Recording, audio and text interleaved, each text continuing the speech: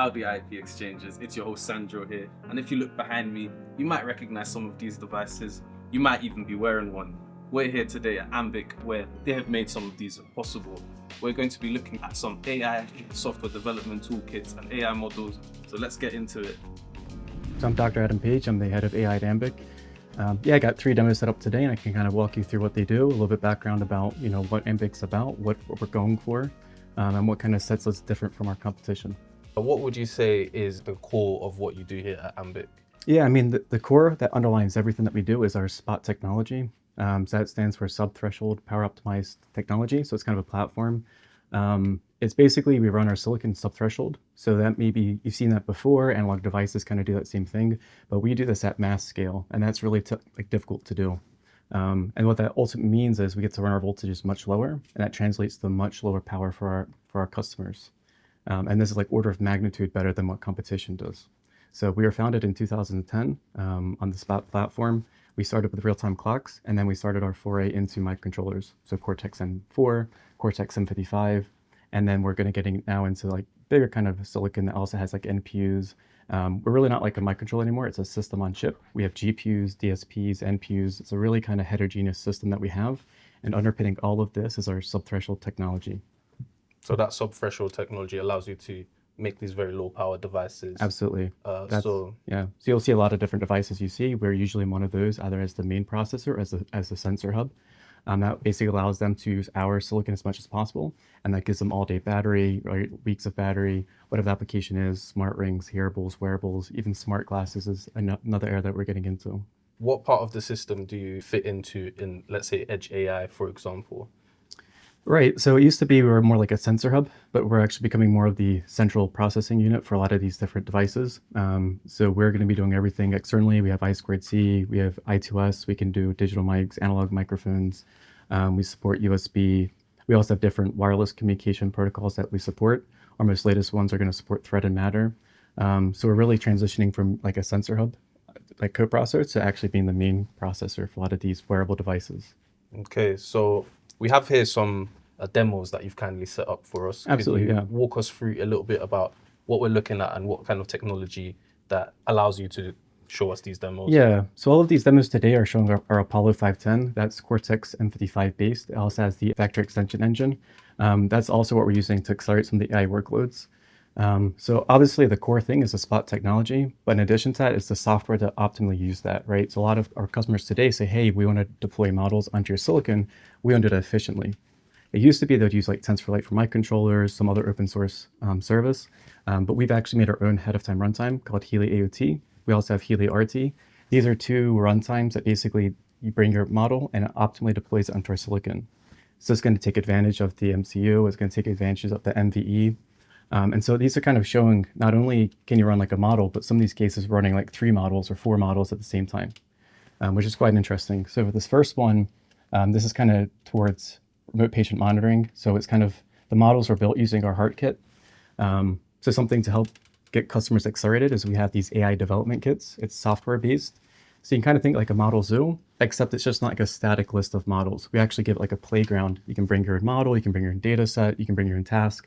We have pre-trained models that you can start from, or you can customize those, or even actually extend it to different kind of capabilities. So an engineer today could use those services they could test. Exactly. So they can use one of our AI development kits to use one of those pre-trained models. They could create their own. And then we have tools to basically deploy it. So today we actually support Zephyr. Both Healy AOT and Healy RT support Zephyr as well. So they're like Zephyr modules. So you can get started like you do today with any kind of Zephyr-based project. And you can pull in your models, deploy them efficiently, and you're going to see orders of magnitude better than what you're going to see from competition. So what we do with these demos is kind of showing multiple things. We're showing how ultra low power it is. It's showing the fact that you can run not just one model, but multiple models. These models were trained using our AI development kits as well. And we're kind of showing different domains. So the far left, where it's like heart kit based. So again, it's more like remote patient monitoring. In the middle, we have a sound kit based demo. So it's doing like speech enhancement. Really good for conversational UI, where you want to like enhance the speech, telco kind of communication. It's critical for that as well. And the thing we've done recently is actually a new one. It's called compression kit. So we have a lot of customers today, right? Smart rings, fitness bands. While they want to do inference on the edge, that data is precious to them. So they still want to transmit that to the cloud. Obviously, transmitting stuff over BLE, Wi-Fi, that's power consuming. So a compression kit, it's AI based. It's compressing specifically, like let's say you're doing PPG or ECG. It knows how to effectively compress that kind of modality. And we can get up to like 1632x compression. So that means 32 less memory you need, 32 less amount of data you need to transmit. And when you construct it, you're going to get almost identically back what you started with. Okay, so it allows you essentially to still keep that low power while Keep the low being power. able to then also transmit that data. And it kind of gives you different capabilities. So some customers today, they don't want to transition completely to the edge. So they can compress it, they can go to the cloud and they can run their AI models there. They can even deploy some and do like A/B testing. So they can, hey, we'll run this on the edge. We also want to go verify it in the cloud. The different kind of combinations that they can work with.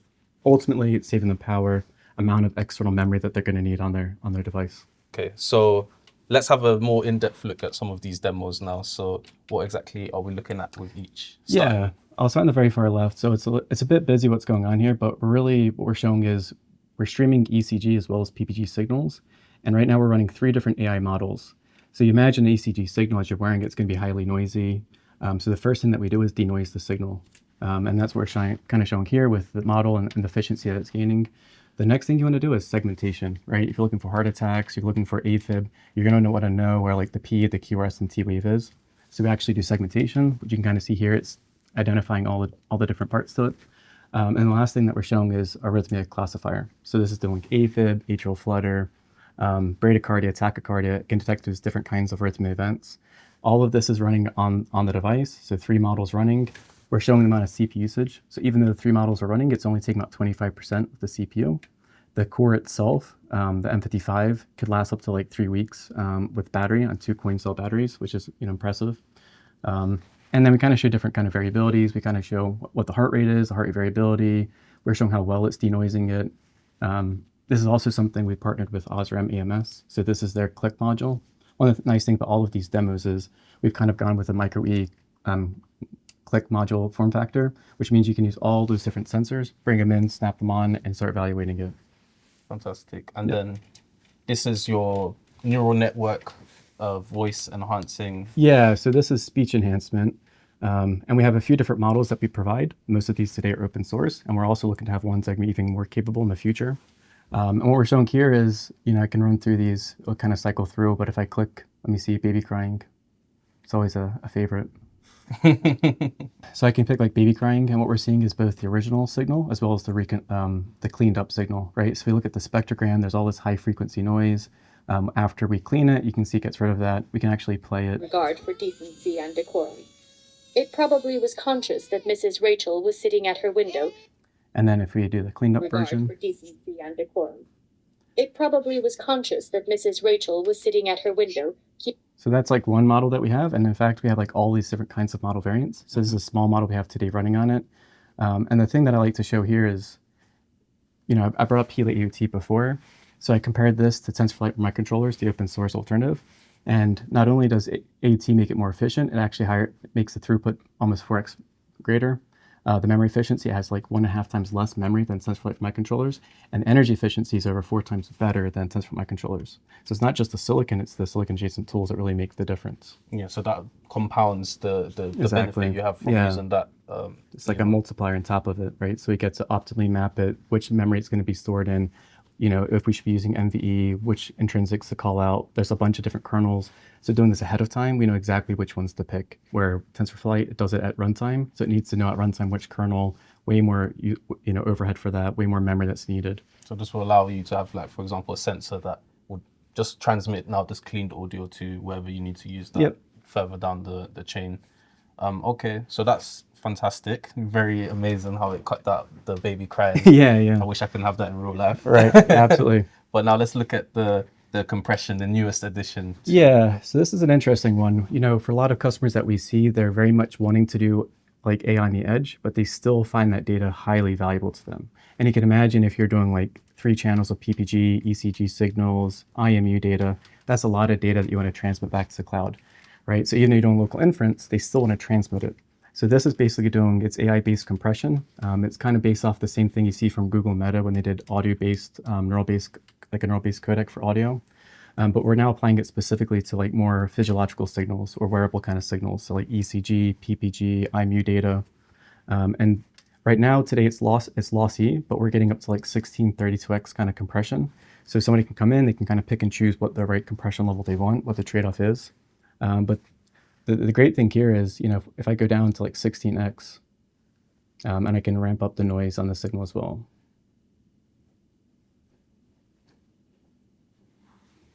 So we can see, like, even with 16x compression, you can see the original and you can see the reconstructed. So while it's getting 17% like kind of error, you can see a lot of it's just noise artifacts. It's actually preserving the signal you actually care about. Then what it's getting in error is actually noise that you don't really want. You don't want anyways. Yeah. And then what we're showing is if you capture this just for 5 minutes, the amount of memory on device you can save is 50%. And that's taken into account the actual AI model itself. So even with the model on there, you're saving about 50% memory.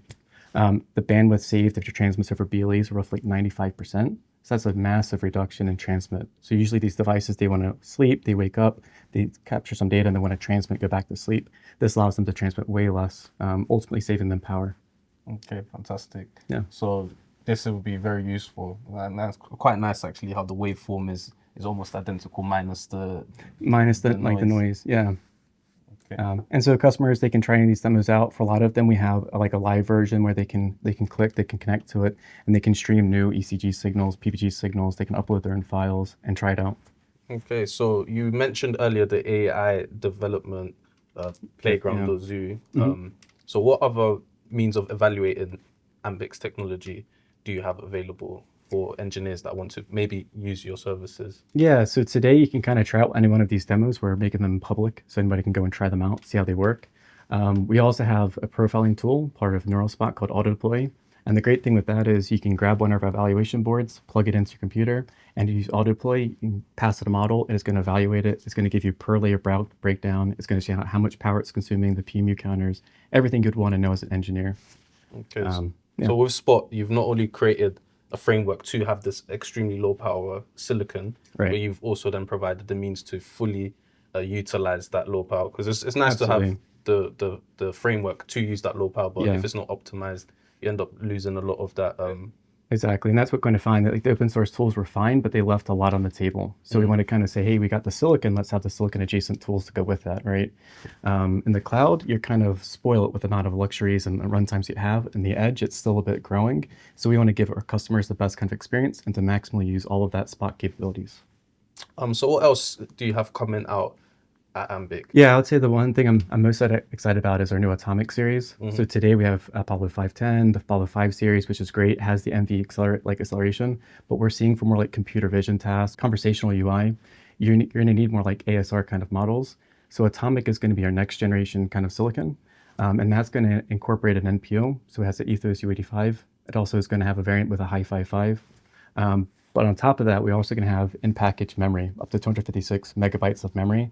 I think that's a game changer. So today, a lot of our customers are using PS RAM, but that is very power consuming. Now they get to do all-in device, and they get to go for much bigger kind of models. And so that's going to be new kind of ground. That's going to be new ground. It's still going to be M55 based. We're going to have different SKUs of it. And that I think is slated for the second half of next year. Okay, fantastic. Yeah. Well, thank you very much for running us through these demos and telling us a little bit about what you do in Ambiq. And we're looking forward to this new release that you have coming up.